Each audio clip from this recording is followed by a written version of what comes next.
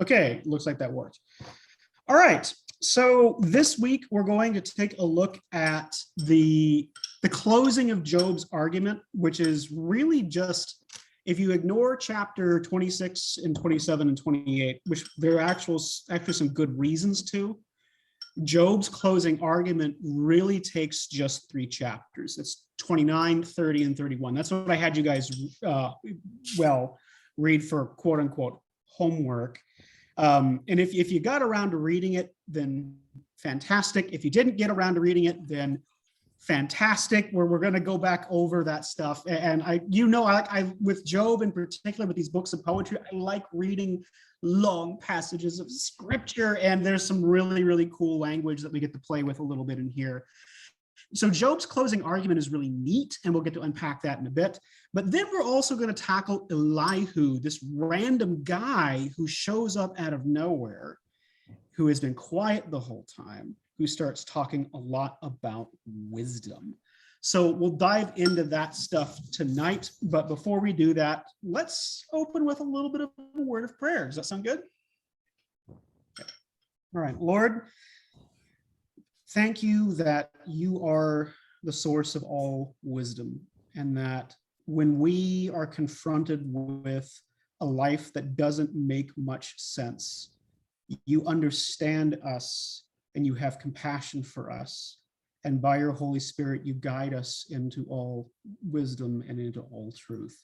And I pray tonight, as we look at Job, try to understand his pain, and we look at Elihu and his frustration, that we try to listen and try to understand what they are trying to say and what you would say to us through this. In Jesus' name, amen. Okay. So what I'm going to do, because it's going to become like a little bit of a tradition with this study, I'm going to start us out, warm us up by reading a nice little long passage of Job. And what I'm going to do is I'm going to read chapter 29, just to kind of get us into the thick of Job's closing argument, because this is it. He is summarizing everything he's been saying and his response to his friends. And what follows this, of course, is then Elihu, and then after Elihu is done talking, then God responds to Job. So let's see what Job has to say for himself as he's sort of trying to tie everything he's been experiencing together.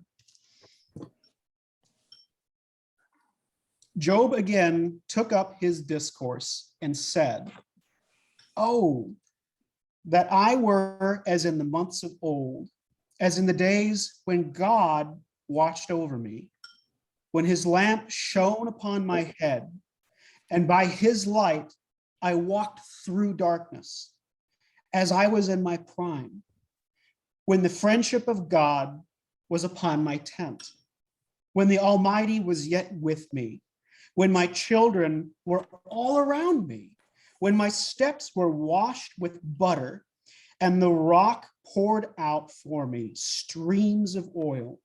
When I went out to the gate of the city, when I prepared my seat in the square, the young men saw me and withdrew. And the aged rose and stood. The princes refrained from talking and laid their hand on their mouth. The voice of the nobles was hushed, and their tongue stuck to the roof of their mouth. When the ear heard, it called me blessed. And when the eye saw, it approved, because I delivered the poor who cried for help, and the fatherless who had none to help him. The blessing of him who was about to perish came upon me, and I caused the widow's heart to sing for joy. I put on righteousness, and it clothed me. My justice was like a robe and a turban.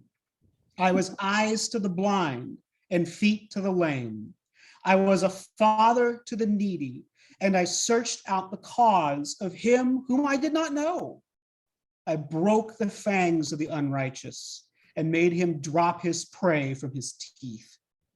Then I thought, I shall die in my nest, and I shall multiply my days as the sand. My roots spread out to the waters with the dew all night on my branches, my glory fresh with me, and my bow ever new in my hand. Men listened to me and waited, and kept silence for my counsel. After I spoke, they did not speak again. And my word dropped upon them. They waited for me as for the rain, and they opened their mouths as for the spring rain. I smiled on them when they had no confidence, and the light of my face they did not cast down. I chose their way and sat as chief, and I lived like a king among his troops, like one who comforts mourners. Now, to kind of get into where Job's headspace is at a little bit, if we're sort of reviewing everything we have talked about up to this point, has Job sounded positive in any of his utterances so far about anything? No, I see like Martha's just sort of like, no. She's just shaking her head no. He has been pretty negative for the most part, right? And have his friends been all that supportive of him? No. No, not necessarily. I mean, we can make a case for maybe one of them being positive about what'll happen to him in the long run, but not much beyond that. I mean, Job's had some conflict with his friends for sure, because Job has been uttering this repeated ongoing complaint. He wants God to answer why all this bad stuff happened to Job. He wants an answer from God. He wants quite a bit, right? And I think that this opening passage that we're looking at in chapter 29 is really interesting. Okay, so a couple things I want to ask you guys about as you're looking at this. What kinds of things do we see Job feeling nostalgic for in this chapter?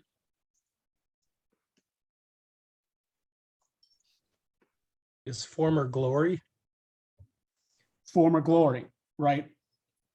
I think he yearns for the relationship that he had with God before, and he's deeply hurt. He's deeply hurt. Yes, absolutely, Rosalie. So he is really hurt because he used to view it as God's friendship was sort of resting on him. Bruce is right. He's also craving past former glory. What else is he? I think he misses relationship. I mean, he's relationship with God, relationship really with the marginalized. He was good to them, and relationship with people who looked up to him. Yep. So he talks a bit about how he was, I love that line where it talks about how his feet were coated in butter. I'm like, what? Is he slipping around? Like, what's happening? But I mean, that it's a really old expression for like favor or just him having abundance. It sounds weird to modern ears, but I also like that line about him breaking the fangs of the wicked. The idea that he used his privilege to try to help others. Yep. And he misses doing that, right? Yeah. Is there anything else that he's lamenting the loss of here? He doesn't say anything about his children, but how could he not miss them? Actually, he does mention his kids. Hang on, let me pop back here real quick. Oh, where was it? Yeah, in verse 5. Yeah. When Okay. the Almighty was yet with me, when my children were all around me. So I mean, he does mention them. He doesn't dwell on them the same way he dwells on his lost authority a little bit, but he definitely does lament them a little. Okay, anything else that you notice? The respect from the people around him. Yeah. When Job lost his family and his wealth, he lost social status in a very big way, where he used to be a powerful, respected figure. He's having a pretty hard time with that here. You think that's a fair assessment? Okay. Yes. Is Job being selfish at all by lamenting this?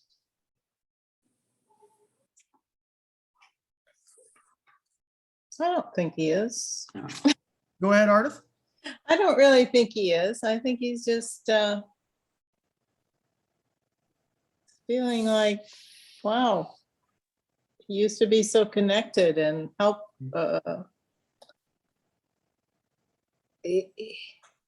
he had all this happiness and satisfaction and joy in serving others and being with his family and helping the community and his relationship with God. And now that seems to have abandoned him. Yeah. If you think about it like this, if you can imagine someone in modern times now who lost every single member of their family, lost their job. And again, in our culture, losing a job, that can really mess with someone's sense of identity, right?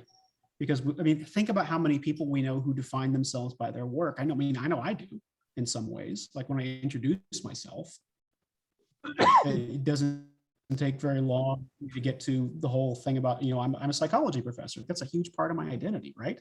For better or worse. But that's been taken away from him. And all the things that he used to do to provide a service to others, which was clearly a big part of Job's sense of identity, that's been taken from him too. I mean, again, in psychological terms, I mean, Job's experiencing not just an existential crisis where he's kind of wondering what's the point of me even going on. He's also experiencing an identity crisis where he's not really sure who he is anymore. Now that all of these things, including his relationship with God, his children, his position in the community, his ability to help other people, and now that all that stuff has been taken from him, he just doesn't really have a clear idea of who or what he is. Does that make sense? And again, he's just, again, if I was a psychologist evaluating Job, if he was a patient in a clinic that I was working at, he would be a case that we would monitor very closely because of what he's really wrestling with. Let's pull on this thread. I want to take a look at the entirety of chapter, 30, because again, I really want to give Job a fair shot here as he's closing his arguments out. Who would be willing to read Job chapter 30 for us? Paul, one moment. I wonder if he's also laying out his case to God of why he should not be being in a sense punished. Oh yeah, and he's going to shift pretty soon here in 30, and then you really see it very clearly laid out in 31, where he's ticking off a list of things he didn't do. So you're absolutely right, Stan.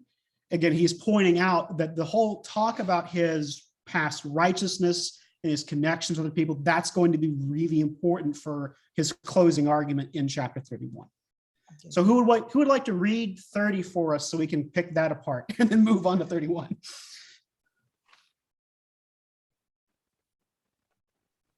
Well, I can. Fire away then. But now they make sport of me, those who are younger than I, whose fathers I would have disdained to set with the dogs of my flock.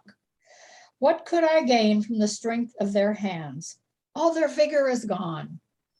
The want and hard hunger, through want and hard hunger, they gnaw the dry and desolate ground. They pick mallow and leaves from bushes, and to warm themselves the roots of broom. They are driven out from society. People shout after them as after a thief. In the gullies of Wadis, they must live in holes in the ground, and in the rocks among the bushes they bray. Under the nettles they huddle together, a senseless, disreputable brood. They have been whipped out of the land, and now they mock me in song. I'm a byword to them. They abhor me. They keep aloof from me. They do not hesitate to spit in the sight of me, because God has loosed my bowstring and humbled me. They have cast off restraint in my presence. On my right hand, the rabble rise up. They send me sprawling and build roads for my run. They break up my path. They promote my calamity. No one restrains them. As though a wide breach, they come amid the crash. They roll on. Terrors are turned upon me. My honor is pursued by the wind, and my prosperity has passed away like a cloud. And now my soul is poured out within me. Days of affliction have taken hold of me. The night racks my bones, and the pain that gnaws me takes no rest. With violence, he seizes my garment. He grasped me by the collar of my tunic. He has cast me into the mine, and I have become like dust and ashes. I cry to you, and you do not answer me. I stand, and you merely look at me. You have turned cruel to me. With the might of your hand, you persecute me. You lift me up on the wind. You make me ride on it, and you toss me about in the roar of the storm.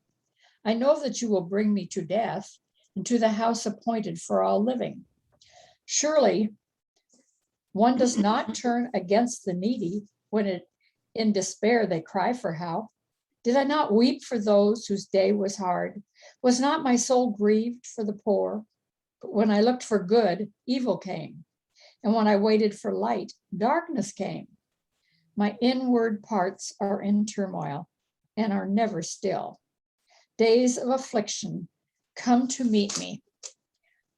I go about in sunless gloom. I stand up in the assembly and cry for help. I am a brother of jackals and a companion of ostriches. My skin turns black and falls from me, and my bones burn with heat. My lyre is turned to mourning, and my pipe to the voice of those who weep. So there's a lot to unpack here, but Could you just clarify one thing? sure. Is he talking to like 2 or 3 different entities here or about them or something? I mean, who's he talking to first, like in the first 8 or 9 verses? When he's Is that talking different about, than the middle section, and then different? Is he talking to God here toward the end? yeah. So like Stan had mentioned before we got into this, he is beginning to aim at God very specifically and lay out his case. That's really what he's doing here, is sort of setting the table and saying, okay, here's all the evidence that I have that something unjust has happened to me.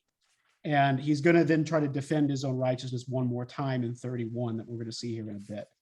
But So the whole thing is toward God, that he's lamenting to God about these people that do. Okay, all right, yes, sorry. at least that's my understanding. You can make an Okay. argument that he's also talking about or talking to his friends who are there as well, on some level, kind of laying out just what a sad state he's in.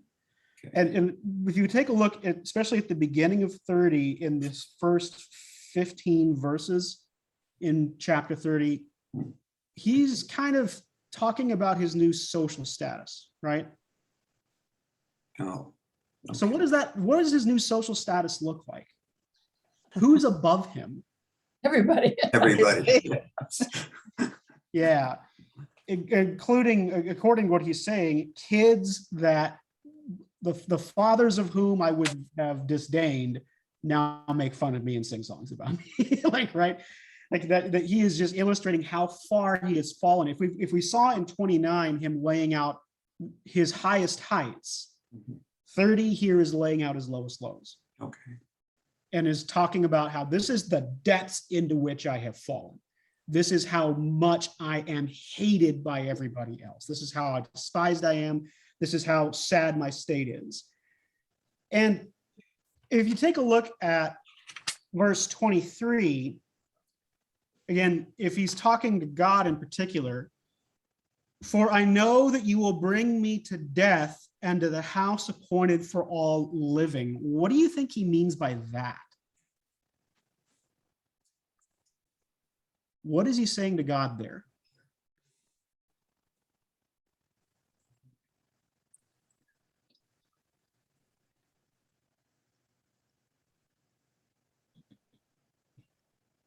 Well, that everybody has to die.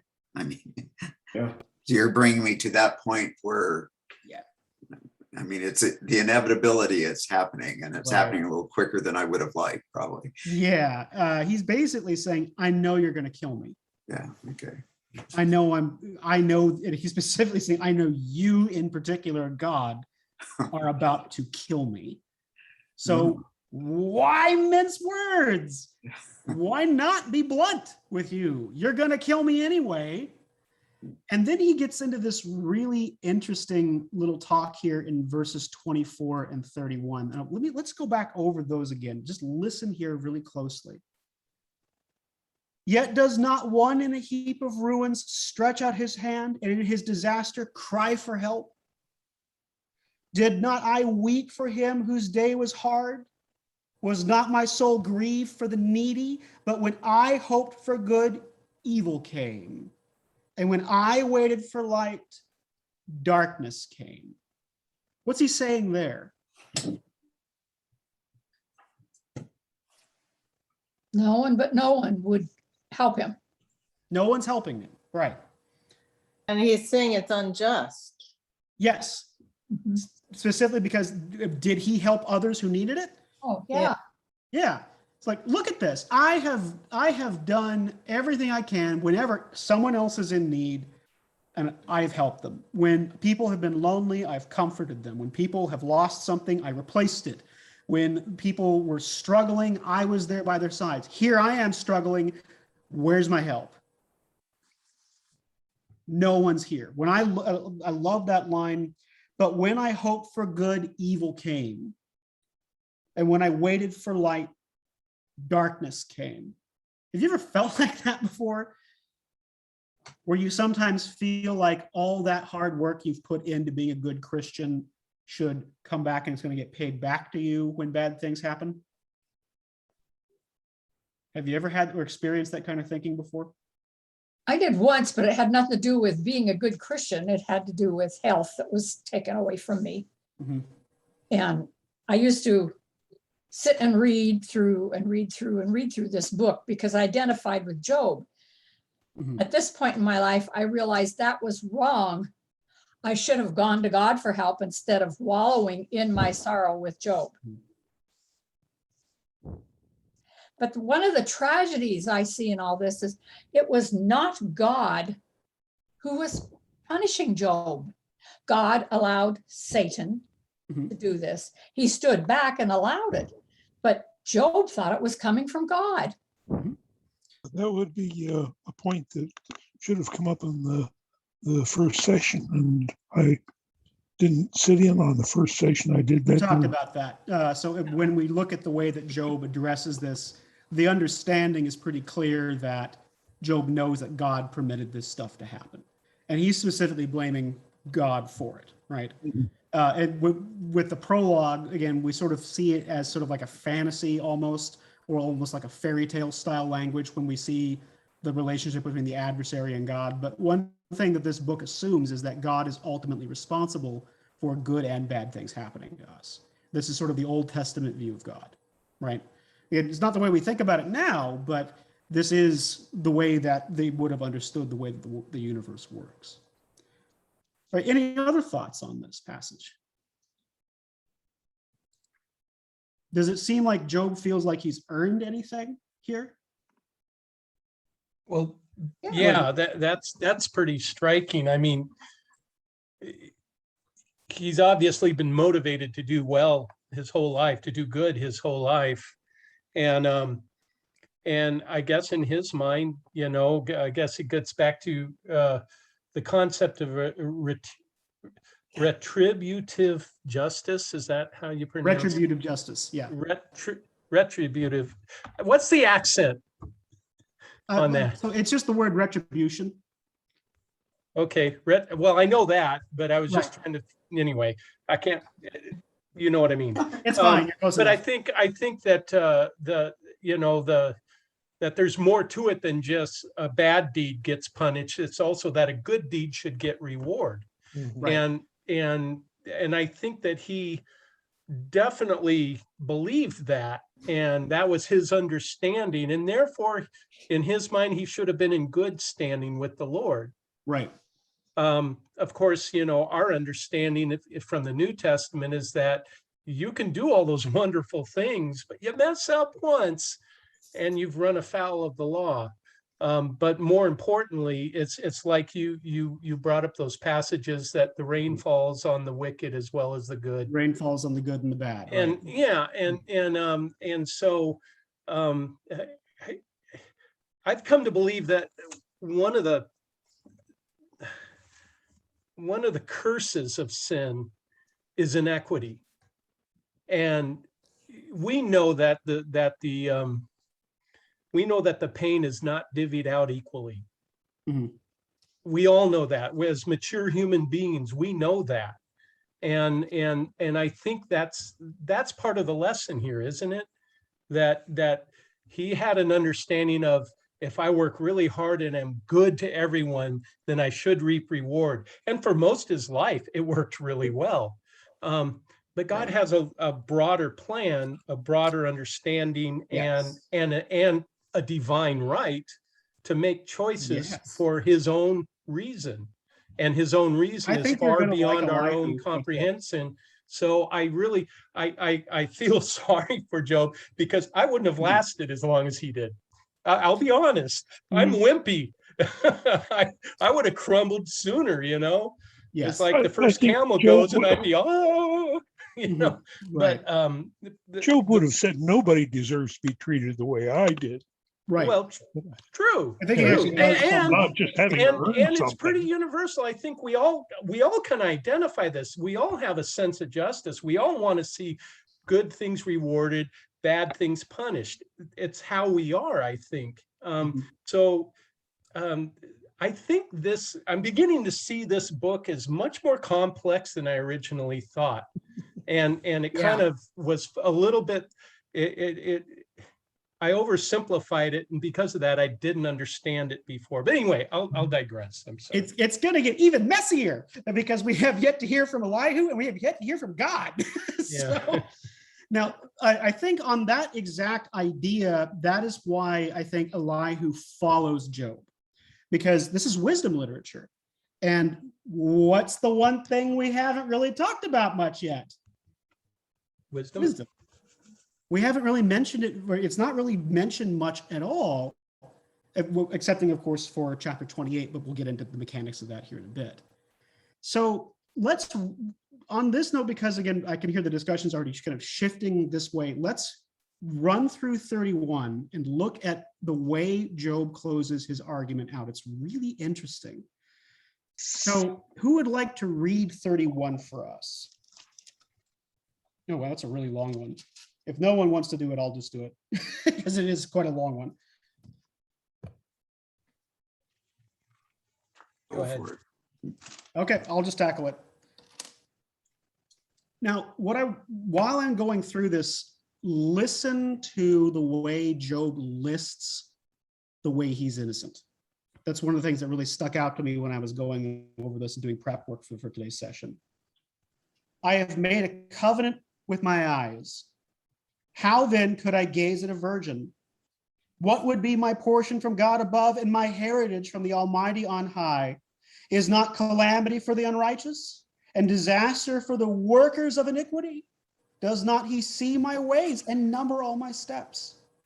If I have walked with falsehood and my foot has hastened to deceit, let me be weighed in a just balance and let God know my integrity.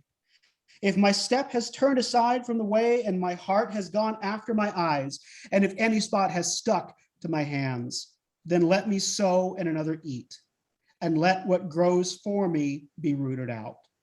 If my heart has been enticed toward a woman, and I have lain in wait at my neighbor's door, then let my wife grind for another, and let others bow down on her.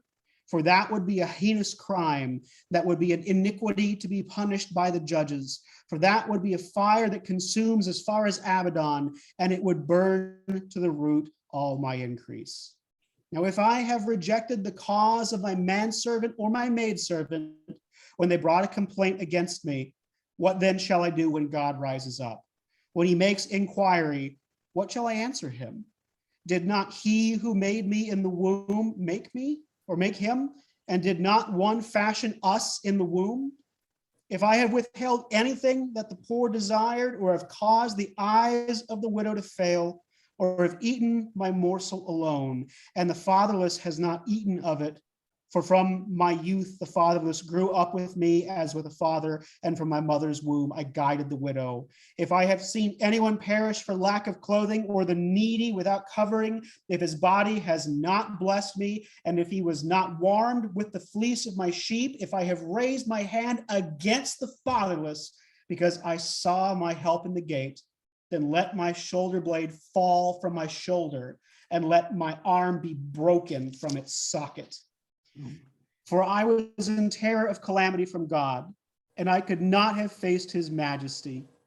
If I had made gold my trust, or called fine gold my confidence, if I have rejoiced because my wealth was abundant, or because my hand had found much, if I have looked at the sun when it shone, or the moon moving in splendor, and my heart has been secretly enticed, and my mouth has kissed my hand, this also would be an iniquity to be punished by the judges, for I would have been false to God above. I have rejoiced at the ruin of him who hated me, or exulted when evil overtook him. I have not let my mouth sin by asking for his life with a curse. If the men of my tent have not said, who is there that has not been filled with his meat? The sojourner has not lodged in the street. I have opened my doors to the traveler. If I have concealed my transgressions as others do, by hiding my iniquity in my bosom, because I stood in great fear of the multitude, and the contempt of families terrified me, so that I kept silence and did not go out of doors. Oh, that I had one to hear me. Here is my signature. Let the Almighty answer me. Oh, that I had the indictment written by my adversary. Surely I would carry it on my shoulder. I would bind it on me as a crown. I would give him an account of all my steps. Like a prince, I would approach him. If my land has cried out against me, and its furrows have wept together, if I have eaten its yield without payment and made its owners breathe their last, let thorns grow instead of wheat and foul weeds instead of barley. The words of Job are ended. Man, okay, so this is where, I mean, if you kind of look at this, did you guys notice that he's just kind of going, okay, let's just bring out the lists of everything that's sinful and let's see if I did it or not. And he's just kind of going through stuff saying, nope, I didn't do that. Nope, I didn't do that. Nope, I didn't do that. Nope, I didn't do that. You see that structure to this passage? What is some of the stuff he's saying he didn't do? You know, who I thought of when you were reading this, it's kind of the long version of the rich young ruler. You know, all Yes. these things I've done from my Yes. youth. Yeah. That's correct. And that's one of the reasons I think that the list of sins that Job mentions are really interesting. Mm. So what is he talking about? What are the sins he addresses here? Lust, Lust, it's on the list, right? I have not let my eye wander towards another woman. He hasn't lied. I didn't lie, right? No lust, no lying. I haven't raised my hand against the orphan. Right. I have not been abusive. Mhm. To the needy. Right. Or his servants. Or his servants. So he's not exploiting anyone, as far as we know. As far as he knows too. He hasn't worshiped money and wealth. He said. Right. He hasn't put his trust in his wealth.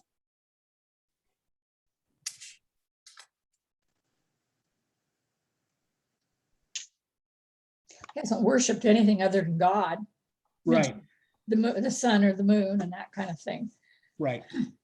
I haven't kissed my hand, or which I guess is an expression of like worship or identification with some of those religious practices back then of worshiping those things. That's where he's different from the rich young ruler.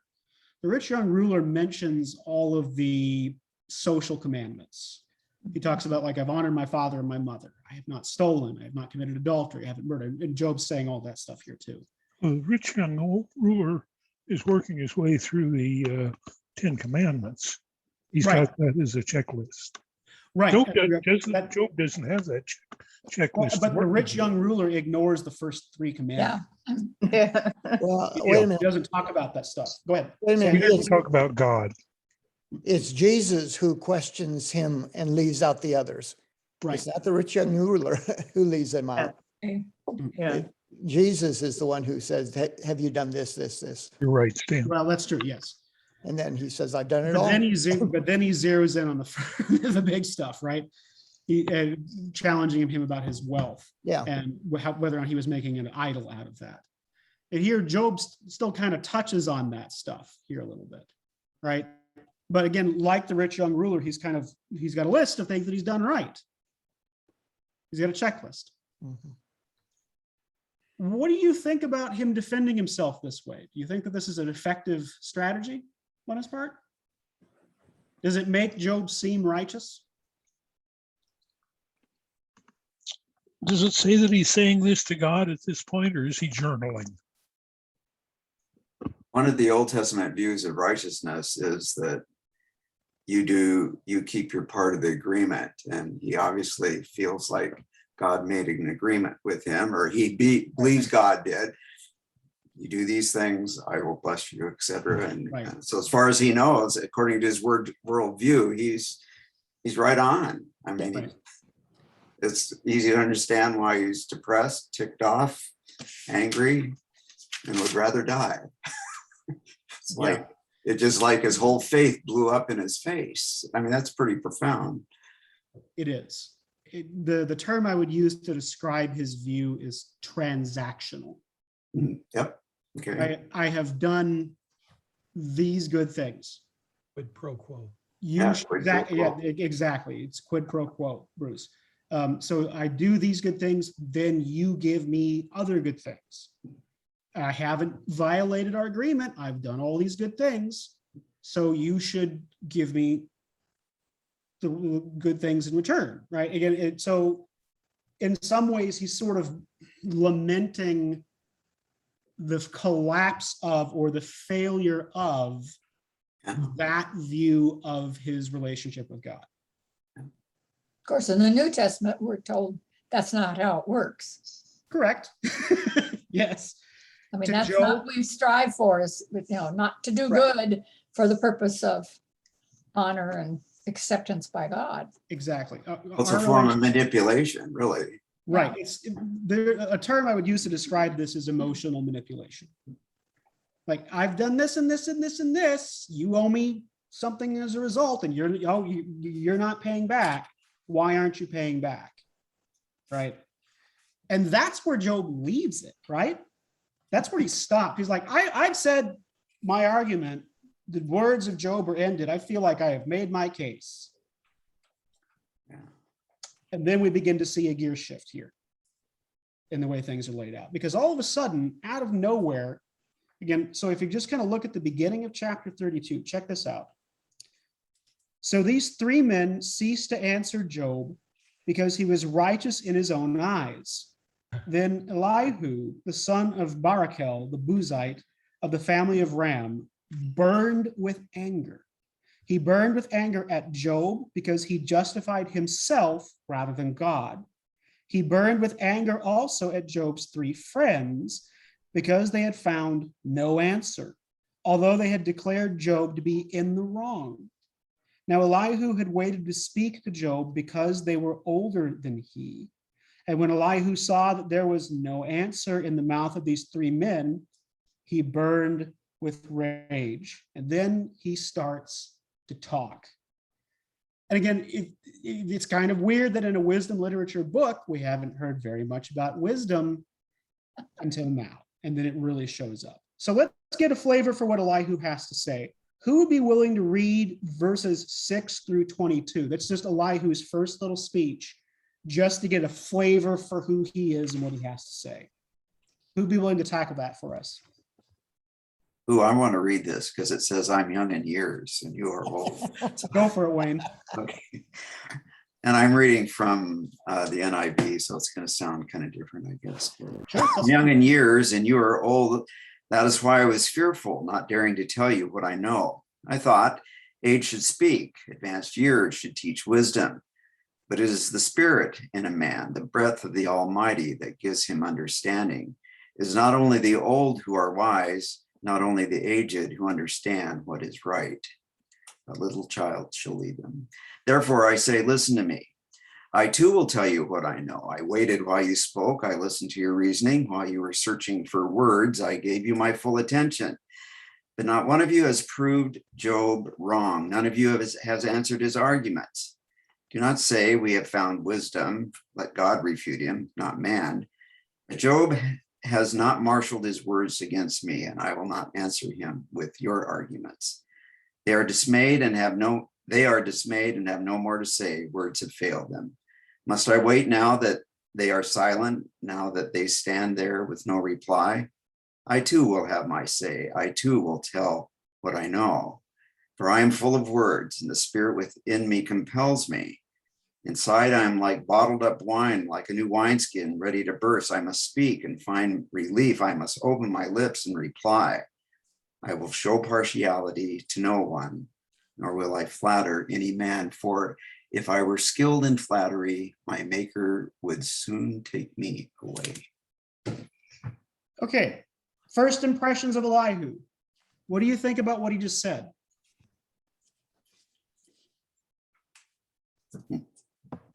How does he sound to you? Wise. Not smart aleck fresh, but just fresh in his Convinced of his way. Sorry, I heard a couple things. Rosalie, you were cutting out a little bit. Could you say what you were saying again, please? Well, I said he was fresh, not fresh in understanding, but in his way of saying it, refreshing. Okay, good. Yeah, so he's kind of like a breath of fresh air. And then Bruce, what did you say after that? Well, he's pretty adamant about his viewpoint, but he hasn't, I don't think he's made his case yet. He hasn't started. He's just saying, you guys tried, you messed up, you haven't done anything for Job. Allow me to speak. Right. The three friends sounded as confident as Elihu did. Mm-hmm. Yeah. He sounds like he is very cocky about his approach to things a little bit. I love this line about I'm full of words. I am full of words, and you're going to hear all of them, right? He's just, I am burst like, behold, my belly is like wine that has no vent, like new wineskins ready to burst. I picture him as cocky. Yeah. So he's kind of Eager. Let's give him eager. Yeah. And he kind of, until we know what he says. Until we know what he says, right? I mean, he sort of starts out sounding a little bit kind of like a young know-it-all. Yeah. And that, for a long time, whenever I've read this book, Elihu has always kind of come off as sort of a young kid who maybe doesn't necessarily know what he's talking about. To me. But my opinion on that changed a little bit when I dug into the way the text works. And I would also like to point out that when God rebukes people at the end of the book, he never mentions Elihu. He only rebukes Job's friends. And Elihu is upset with both Job and Job's friends. He thinks that his friends didn't do a good job at all at talking any sense into Job. Let's take a look at his argument a little bit in chapter 33. Let's look at verses 8 through 33. Yeah, I know it's another longer block of text, but again, I want to give you guys a feel for what he has to say. Who'd be willing to read that for us?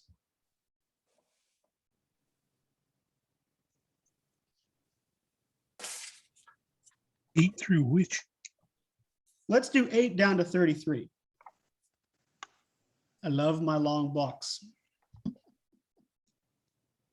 Since nobody else is speaking up, I will. Go for it, John. I will try. But you have said in my hearing, I heard the very words, I am pure and without sin.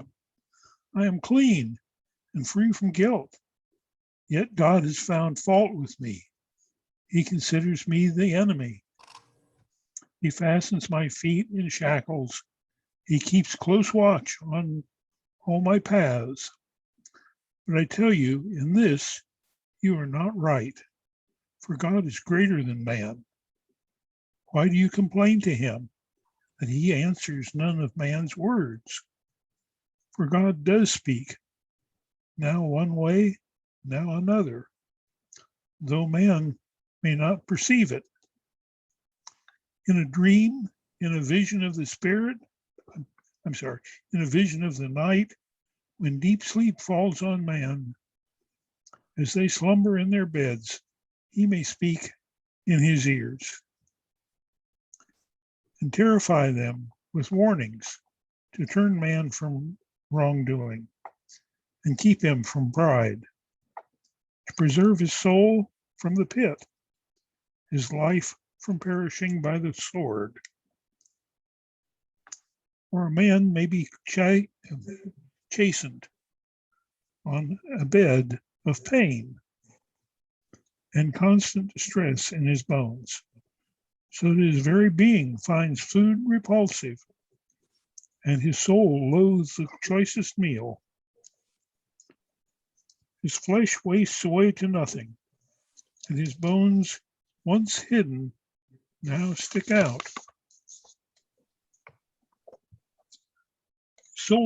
His soul draws near to the pit, and his life to the messages of death.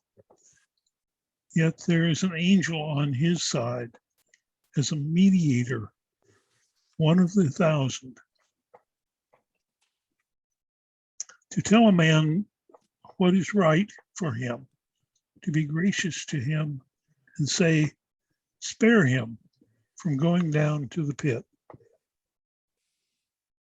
I have found a ransom for him. Then his flesh is renewed like a child's. It is restored as in the days of his youth. He prays to God and finds favor with him. He sees God's face and shouts for joy. He is restored by God to his righteous state. Then he comes to men and says, I sinned and perverted what was right, and I did not get what I deserved. He redeemed my soul from going down into the pit, and I will live to enjoy the light. God does all these things to a man, twice, even 3 times, to turn back his soul from the pit, that the light of life may shine on him.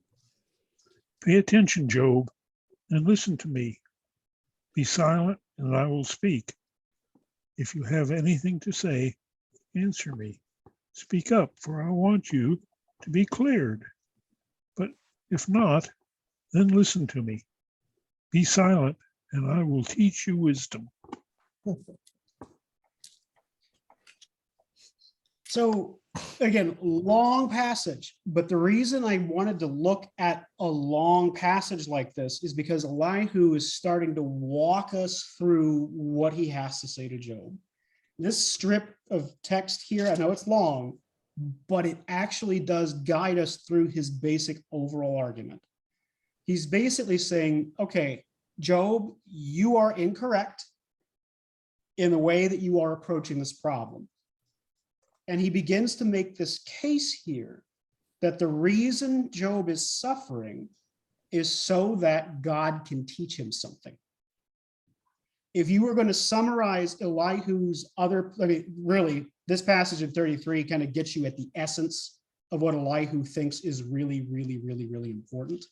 Because he goes on just like this throughout chapter 34, and then chapter 35, and then chapter 36, and then chapter 37, and he keeps kind of going over the same basic core idea.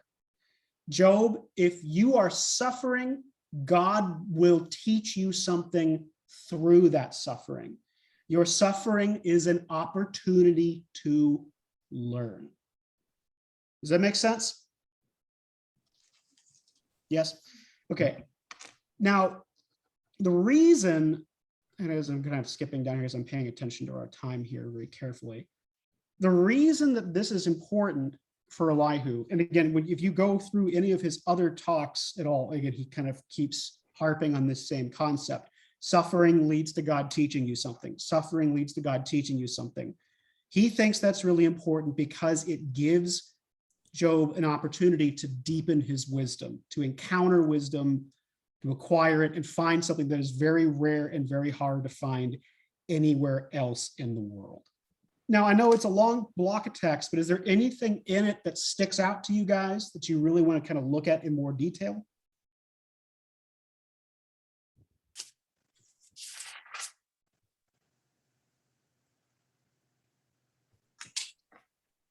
Thing I kind of got is that, Job, you think God's somehow communicates or reveals himself in one way, but I'm telling you, God has a lot of ways that God communicates with human beings, and you just happened on a new one. So listen. Yeah. Yeah. No, I think that's a great observation. God can talk to us in a variety of ways. And I like that he talks about, like, sometimes God speaks to us in dreams, sometimes he speaks in other ways. He conceals his purpose. He pulls us back from the pit. He's basically saying, Job, listen, buddy, God is talking to you. He's been answering you this entire time. The suffering is the message. Like Wayne was saying, it's not necessarily the mode of communication you might like, but it's what you're getting, right?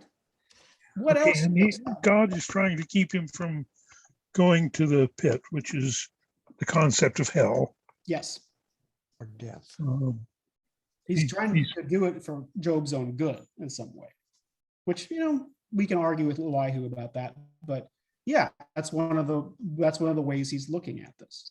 What else I pops found a up? ransom for him.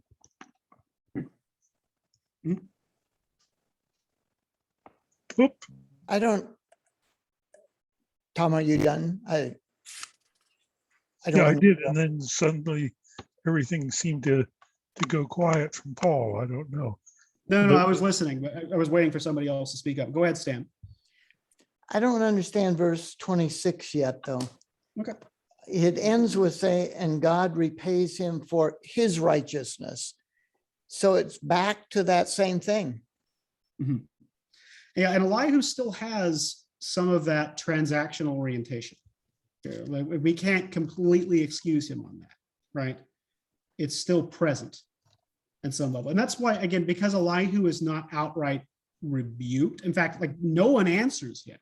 Elihu talks, and then at the end of his discourse, nobody responds to this kid at all whatsoever. And I have a couple different thoughts on that. One of them is maybe they just sort of listened to the young kid talk and then decided, oh, that's nonsense, we're not even going to respond to it. Or the fact is that it could be that Elihu is sort of God's herald, sort of talking about all of the features and facets of wisdom, but then transitioning into God's speech where God actually delivers the message that he wants Job to hear. There are a couple ways to sort of split that hair, depending on the way that you're reading the book. And it has a lot to do with the placement of chapter 28 in particular, which I'm going to get to here in just a second. I think with the other friends, Job doesn't do a lot of back and forth. They give him a lot of ideas, whether he likes them or not. He doesn't respond till the very end of their with their negative comments. Mm-hmm. Well, and Stan, to go back to your question, like, and maybe this is reading it through New Testament eyes, but the term righteousness, could that be a description of him as a person, like a characteristic of him, and not necessarily a tally sheet? Like, we view righteousness as being brought upon us by Christ, right? So God gives good things to his children, and that's, you know, quoted in the New Testament. So maybe like that, and not necessarily as a transactional thing. Or am I reading New Testament into Old Testament when I shouldn't? Yeah, I don't know. I'm not sure. So Mm-hmm. that's your. Well, we have to be honest, there is a transactional element to Christianity. You know, if you love me, you'll keep my commandments. And I mean, the whole notion of a covenant, Old Testament or New, Mm-hmm. is that there are obligations on both sides. Now, I understand you don't manipulate that to get saved, but I mean, there's expectations. I don't know how you want to frame it, but Right. Although yes and no, in the sense that the New Testament covenant is weighted so much more on God. Oh, yeah, yeah. Way, way, way more than any of this kind of transactional righteousness that we see here. Agree. Now, Just saying, it's a little bit there. right. It's also not, it's not truly negotiated. This is God's plan. This is his divine right. This isn't something we can come in and say, well, I'd like to change it. So it's still incredibly generous when you consider the circumstance. From Adam and Eve on, we all have been born into sin and are all guilty of it and are all deserving of death. And that as a base point doesn't give us much negotiating power. Right. So anything that God provides, I mean, he basically saying, yeah, this is salvation. This is what I offer you. It's kind of a take it or leave it proposition. And yet he, at the same time, again and again and again, he is patient with us and keeps extending that grace and keeps, I think there's some truth in here, pulling us back from the abyss, doing these things on our behalf. I believe that does happen in our lives. Right. Anyway, I've struggled with that because I find myself, sometimes I have to consciously say, you can't negotiate with God here. Right. Because I'm guilty of this, thinking, well, if I work real hard, then, maybe I can enjoy a successful hunt or something, it's this goofy stuff like that. Right. Right. The Anyway, whole I don't thinking know. along the lines that God is a genie in a bottle. Right. Which Jesus, again, dismantled that thinking quite a bit in Yeah. a variety of ways in the parables. And again, that's part of why I've kind of started to change my thinking on Elihu here a bit, because he really is, I think, trying to drag the discussion more towards, okay, yes, you're suffering. What may God be saying to you in the midst of this suffering? What is he trying to get you to understand here? What is he trying to get you to let go of?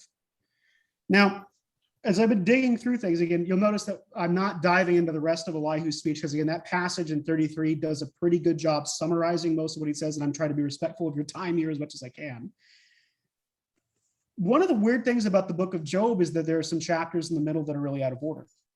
And a group of scholars have suggested that there's this passage, specifically the entirety of chapter 28, that most modern Bibles will credit to Job, but it doesn't really attribute a speaker to that particular person who is speaking.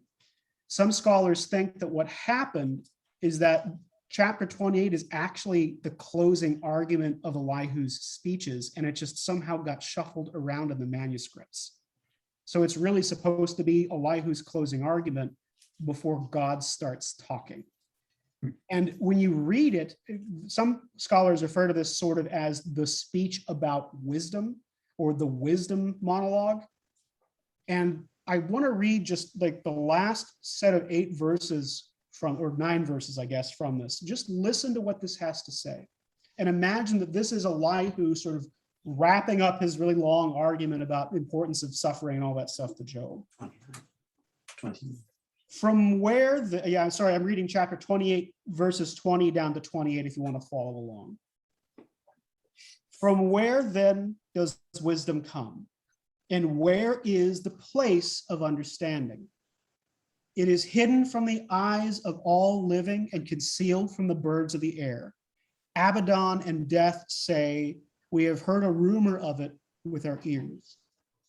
God understands the way to it, and he knows its place. For he looks to the ends of the earth and sees everything under the heavens. When he gave to the wind its weight and apportioned the waters by measure, when he made a decree for the rain and a way for the lightning of the thunder, then he saw it and declared it. He established it and searched it out. And he said to man, behold, the fear of the Lord, that is wisdom. And to turn away from evil is understanding. Imagine that as the last word any human being speaks in this conversation before God decides to step into the ring. Do you see how Elihu is defining, assuming this is Elihu, do you see how wisdom is defined here? We actually get a definition for it.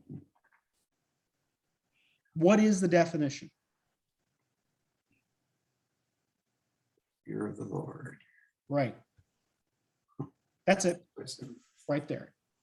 The fear. Isn't that replicated in the Psalms? The fear of the Proverbs. Lord is to be, or Proverbs, yeah, the fear of the Lord. And honestly, I wouldn't be shocked if there were some Psalms that talked about that too. It's been a little while since I've gone through the Psalms, but Proverbs absolutely circles around that topic quite a bit. And again, if you take Elihu's entire argument into context, the idea here is, again, suffering, not all bad, opportunity to learn, really. And getting angry at God is not the right response to your circumstances, Job. Instead, the fear of God, that is the right response. That's going to be very important for us as we kind of move into the last set of passages for Job. And next week's homework assignment, are you guys ready for this? Get a pen. I want you to read the rest of the book. Chapters 38, 39, 40, 41, and 42, if you feel like it. Because that's God's talk with Job. God just sort of opens up and starts answering Job, but he doesn't really say what Job wants to hear at all. He talks a lot about nature, and he talks a lot about constellations and ancient monsters, but he doesn't really directly address Job's concern in the way that Job would like. Read through God's response to Job and read the conclusion of the book. Just kind of have that in your head, because next week what we're going to do is take a look at what God has to say to Job and try to understand why on earth Job goes, God, why is there so much suffering in the world? And then God says, aren't the stars pretty? Let's talk about how I made the stars. Do you like hippopotamuses? I do. I made a big one. Hey, you like crocodiles? Check out this crocodile that I made. We'll try to figure out why that is remotely a rational response, or if God is just trolling Job or making fun of him, because there may be some sarcasm in God's response. Who would like to close us in prayer?